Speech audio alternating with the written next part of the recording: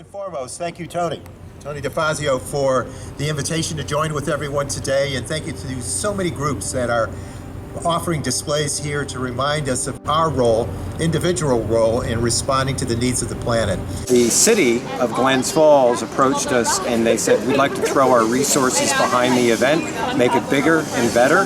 We've got a number more exhibitors today, and these are all organizations that have a commitment to sustainability and are doing their part to help protect the environment and raise awareness on the annual Earth Day. It's completely consistent with us being 92% in this county behind the blue line at the Adirondack Park. These are our core values.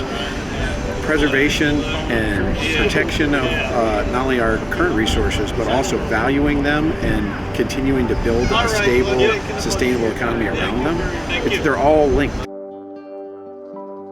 So over the last 50 years, we've seen legislation like the Clean Air Act, the Clean Water Act, the Superfund. These are items, priorities, legislation that inspires us, that invests in us to embrace our planet and to make certain that we hand this planet to the next generations. Well, right here, these guys is why it's so important. But my parents taught me this too, the value of protecting our natural resources. We live on Earth, and if we let Earth go bad and we pollute the ocean with trash, well, that's not good for us. So I just think that it's really nice to help the Earth for all the animals and ourselves, just because, well, we live on Earth. As much as you can just bring awareness to the children, for them to start to really understand just how big and wide the world is and how many other people out there are living in that world, it makes them feel more committed to taking care of it for others, not just them. Children are so connected. They know, especially on the climate issue. It's very upsetting that we adults aren't doing more because they don't have the resources or the power to do it. I think it's nice to feel that you did something, and even if it's just picking some trash out of Cole's Woods or making something a big contribute, it's still very nice to feel that you did something good for the Earth. This is part of the culture of Glens Falls. It is community, and that everybody is doing their part to help create awareness about sustainability.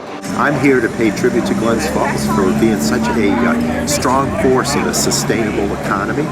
We know that when you push a sustainable economy, you're going to create jobs, you're going to deploy clean energy, and you're going to embrace sound stewardship of our environment. All three of those are virtuous. So it's good to be with everybody today and to celebrate with a happening community that is really committed to the environment. We have a curbside composting business where we provide people with a 5-gallon pail, and we pick up generally every other week, and they can put anything and everything in here. Meat, dairy, seafood, stuff that you wouldn't compost in a backyard pile, because we have large enough piles that get hot enough. The concept is simple. It is to make use of abandoned space in urban centers and turn them into basically organic farms. And as we speak, there is a box within a box, okay? And it's about 6 feet by 6 feet, and they're starting to grow vegetables. And the vegetables will be provided to restaurants and then potentially for kitchens, okay, to help the needy. And it's a pilot program. And so if it is proven successful, then they will decide whether it's commercially viable to stand on its own.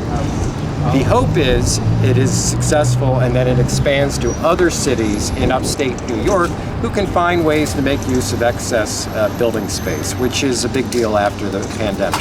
In 2019, New York passed the Climate Leadership and Community Protection Act, and it was designed to achieve a carbon-free electricity system by 2040 and reduce greenhouse gas emissions by 85% of 1990 levels by 2050.